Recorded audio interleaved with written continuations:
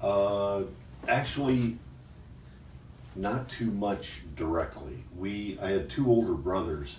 The draft ended in '73, so my oldest brother was 1 year from getting drafted. So I didn't have any brothers that got drafted. I had a couple of cousins and a couple of family friends that got drafted. I don't I didn't know anybody that got killed in Vietnam.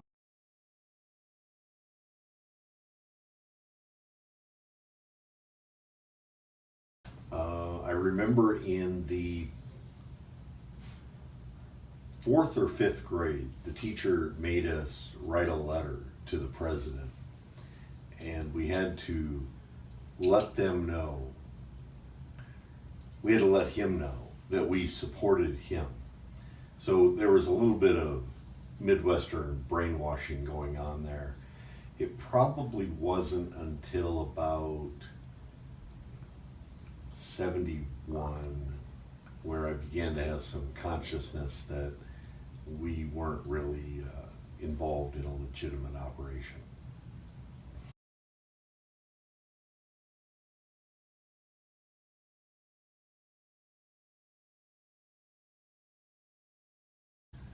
Uh, I remember in '68, the Democrats had a convention in Chicago where there was a tremendous amount of civil disruption on the outside. And Mayor Daley was the mayor of Chicago at that time. And he was a bit of a totalitarian. He ran Chicago with an iron fist. And so they threw a bunch of protesters in Soldier Field. Actually, they just rounded them up and herded them into Soldier Field. And it was about that time where I began to have some awareness that something here didn't quite seem kosher.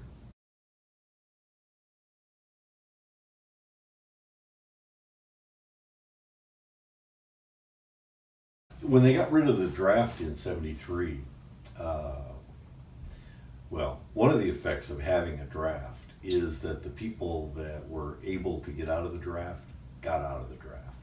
So you had a lot of college deferments, and you had a lot of people who would get their family doctor to write up a note that said, "Oh yeah, he's got fallen arches on his feet, so he can't be in the army." So anybody that could afford to get out of the draft got out of the draft. So who ended up serving in Vietnam, especially in the lower enlisted grunt work, was the poor and the uneducated and the people that couldn't hire a lawyer, the people that didn't know a doctor.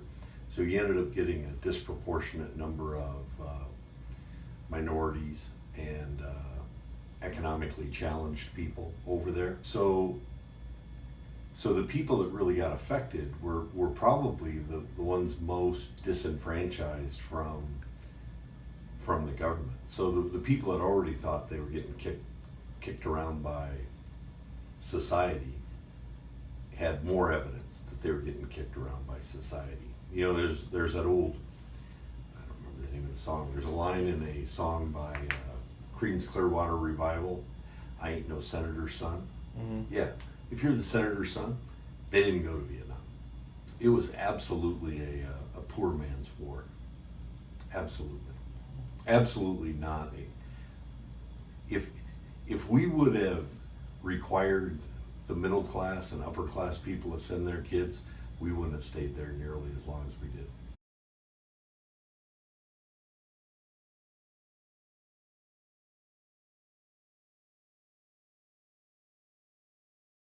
The Army, and I did spend 12 years in the Army, and we don't we acknowledge this readily, but we're always basing the next war on the last war that we fought. So what was the last war before Vietnam? The last war we fought before Vietnam was the Korean War.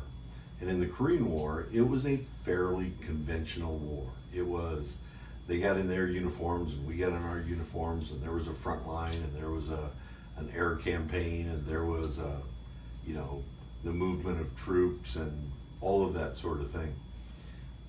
When we got involved in Vietnam, that was not a conventional war.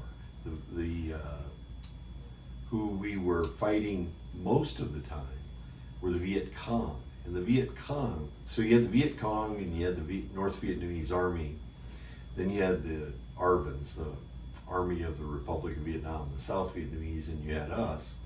We very much wanted to fight a conventional war, but for the most part, the people we were fighting on a regular basis were the Viet Cong, which were which operated almost entirely with guerrilla tactics.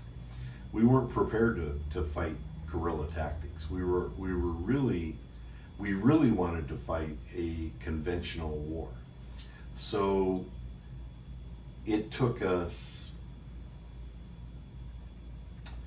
well, you know, we started getting over there in the late 50s. We probably didn't have any ground troops over there until about 64 or 65, but it was probably 68, 69 before we really began to understand how to fight guerrilla warfare tactics. So yeah, we went over there with the wrong equipment. We went over there with the wrong training. We went over there not prepared to fight a guerrilla war. So we're always losing that way.